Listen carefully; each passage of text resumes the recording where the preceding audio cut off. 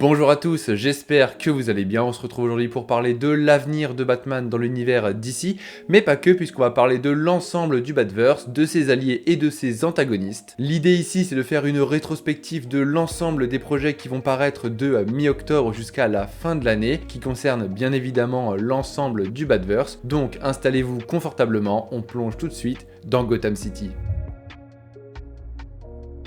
Le premier projet que l'on va aborder, c'est Batman One Bad Day Penguin. Alors tout d'abord, qu'est-ce que Batman One Bad Day?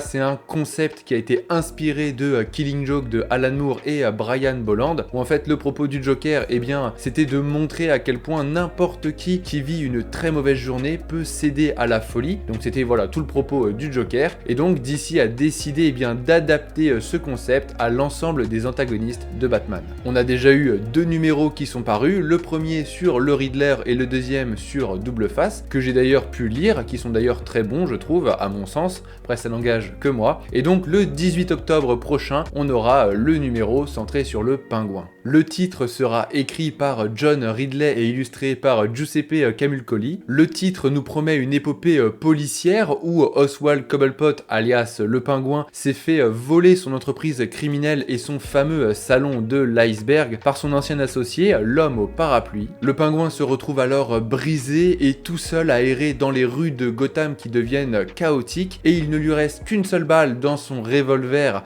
pour recruter une bande afin de reconquérir tout ce qu'il a perdu. Donc on va voir un petit peu comment il va s'y prendre. Bien évidemment, Batman sera de la partie, alors on peut se poser la question, est-ce qu'il va aider le pingouin ou au contraire est-ce qu'il va combattre Umbrella Man? On aura des réponses à ces questions dès le 18 octobre prochain. L'autre projet qui paraîtra aussi le 18 octobre, c'est la mini-série GCPD The Blue Wall. Elle sera écrite par John Ridley et illustrée par Stefano Raffaele, et elle comprendra 6 numéros. Dans cette mini-série, on suivra René Montoya qui s'adapte peu à peu à son nouveau poste de commissaire de police de Gotham City. Elle entreprend de reconstruire son département et de restaurer la confiance du public, mais elle ne pourra pas le faire seule. Pour cela, elle va avoir besoin que les nouveaux officiers et les hauts fonctionnaires prennent leurs responsabilités. On nous promet qu'on va beaucoup questionner qu'est-ce que signifie être un policier, qu'est-ce qui en découle comme conséquence, qu'est-ce que la police représente dans la société. La série a toutes les cartes en main pour être fascinante et pour ressembler à sa grande sœur Gotham Central, donc moi j'ai hâte de pouvoir poser les mains sur ce premier numéro. Ensuite on va faire un petit crochet Elseworld puisqu'on va s'intéresser à la mini-série Batman Gotham Knight Guilty City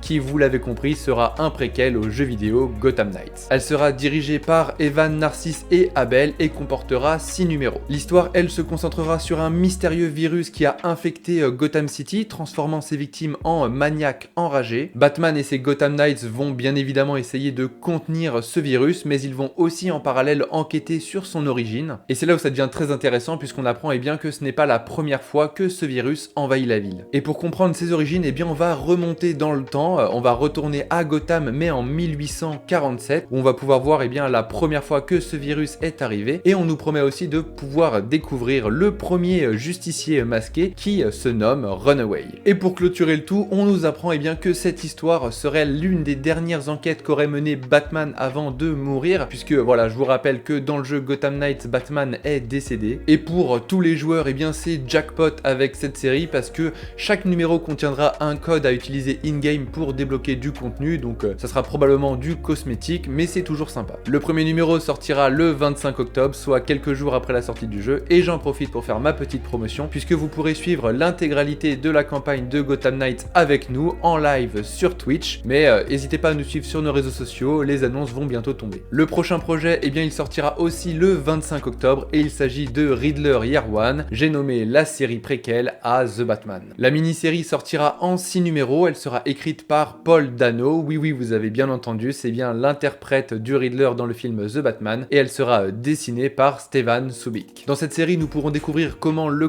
l'indomptable Edward Nashton est passé d'une simple personne de Gotham City à devenir l'ennemi juré de Batman. De son côté, Paul Dano lui promet un Riddler très différent de ce qu'on a pu voir dans le film, et il promet qu'il sera ultra terrifiant. Enfin, pour boucler les projets du 25 octobre, on va s'attaquer à la série Punchline The Gotham Game. La série comptera 6 numéros, elle sera écrite par Tini et Blake Howard et sera illustrée par Gleb Melnikov. Et avant d'aller plus loin, on va faire une petite mise au point parce que c'est vrai que le personnage de Punchline est assez récent et du coup assez méconnu. Alors concernant son origin story, eh bien c'est très simple, hein. Alexis était une étudiante ordinaire qui avait une fascination pour le Joker. Lors d'une journée habillez-vous comme votre héros à son lycée, eh bien elle choisit bien évidemment de s'habiller comme le Joker, ce qui passe pas vraiment puisque le Joker a commis une vague de crimes et du coup elle va se faire convoquer dans le bureau de son proviseur et c'est là où elle va complètement péter les plombs et céder au chaos. Et peut-être que vous avez déjà vu son personnage et que vous vous êtes dit simplement oui ok, ils ont choisi un nouveau personnage pour remplacer Harley Quinn vu qu'elle a pris son émancipation et que du coup le Joker avait quand même besoin d'une sidekick.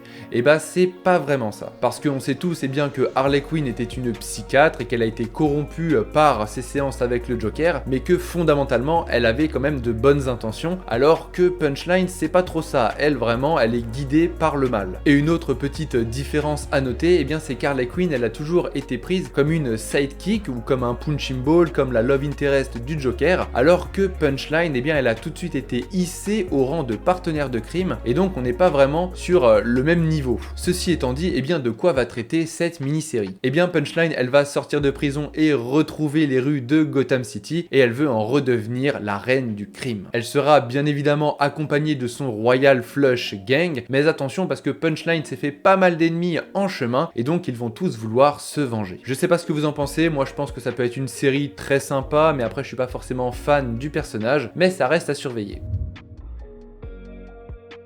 Pour le prochain projet, eh bien on va parler de mon coup de cœur, de celui que j'attends le plus, c'est Batman Joker The Deadly Duo par Marc Silvestri. Il s'agit d'une mini-série en 7 numéros qui prendra place dans le DC Black Label, ce qui veut dire que ça ne fera pas partie de la continuité. Concernant l'histoire, c'est un petit peu farfelu, mais moi je trouve ça vraiment génial, en tout cas l'ambiance j'aime beaucoup, et donc ça se concentrera sur le Joker qui tente de sauver Harley Quinn après son enlèvement par un groupe de mystérieux criminels. De plus, Jim Gordon est porté disparu et on va retrouver un colis contenant un morceau du corps du commissaire. Pour couronner le tout, eh bien de mystérieuses créatures ressemblant à des jokers rôdent dans les rues de Gotham et elles ramassent des têtes coupées et personne ne sait vraiment pourquoi. Mais lorsque le Joker va proposer une alliance à Batman, vous avez bien entendu, une alliance, eh bien on va avoir peu à peu des réponses à nos questions. Le premier numéro sortira le 1er novembre et je l'attends vraiment beaucoup. Et si ça vous intéresse, il y a Marc Silvestri qui a parlé un petit peu plus en profondeur du projet dans une interview que je vous mets en description. Nous sommes de retour sur Batman One Bad Day, sauf que cette fois-ci on va s'intéresser à Mr. Freeze. Pour ce one-shot, on va revenir au début du Chevalier Noir à Gotham City, et plus particulièrement lorsque Batman et Robin ont vécu l'hiver le plus glacial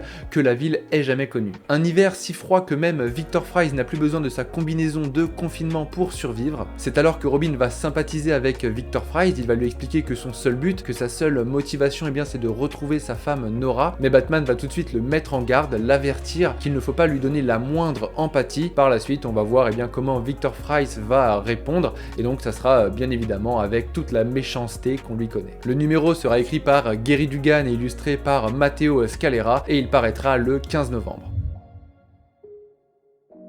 L'avant-dernier projet que je vais vous présenter, eh bien, il est attendu par beaucoup de personnes, puisqu'il mettra en scène deux personnages iconiques, j'ai nommé Batman Spawn. Le 14 décembre, on pourra retrouver ce nouveau one-shot de 48 pages par Todd McFarlane et Greg Capullo. Ah, ça faisait longtemps, ça faisait 3 décennies qu'on n'avait pas vu ces deux personnages ensemble, et donc cette fois-ci, l'histoire se concentrera sur Hal Simmons qui rejoindra Gotham City pour retrouver Batman, puisqu'il est traqué par la Cour des Hiboux. On n'a pas plus d'informations pour le moment, mais n'hésitez pas à nous suivre sur nos différents réseaux sociaux parce que je pense que d'ici le 14 décembre, eh bien on aura quand même pas mal de news pour ce crossover. Et enfin, on termine tranquillement en fin d'année le 20 décembre avec de retour sur Batman One Bad Day, sauf que cette fois-ci ça sera au tour de Catwoman. L'histoire s'intéressera donc bien évidemment à Selina Kyle, alias Catwoman, la plus grande voleuse que Gotham City ait jamais connue. Mais tout va partir en vrille lorsque Catwoman apprend qu'un objet de son passé est vendu bien plus qu'il ne valait et elle va tout faire pour le récupérer. On a même Batman Batman qui va visiblement essayer de s'interposer, essayer de l'arrêter avant qu'elle n'aille trop loin. Et on apprend même qu'une figure mystérieuse du nom de Forger va changer la vie de Catwoman à tout jamais. Le récit sera écrit par Gwendolyn Willow Wilson et sera illustré par Jamie McKelvey. Voilà, cette vidéo est terminée, j'espère qu'elle vous aura plu, j'espère qu'elle vous aura même peut-être donné envie de lire l'un des titres ou voire même plusieurs. Si c'est le cas, eh bien j'ai tout gagné. N'hésitez pas à me dire dans les commentaires eh bien ce que vous comptez lire, ce qui vous a plu, ce qui vous intrigue,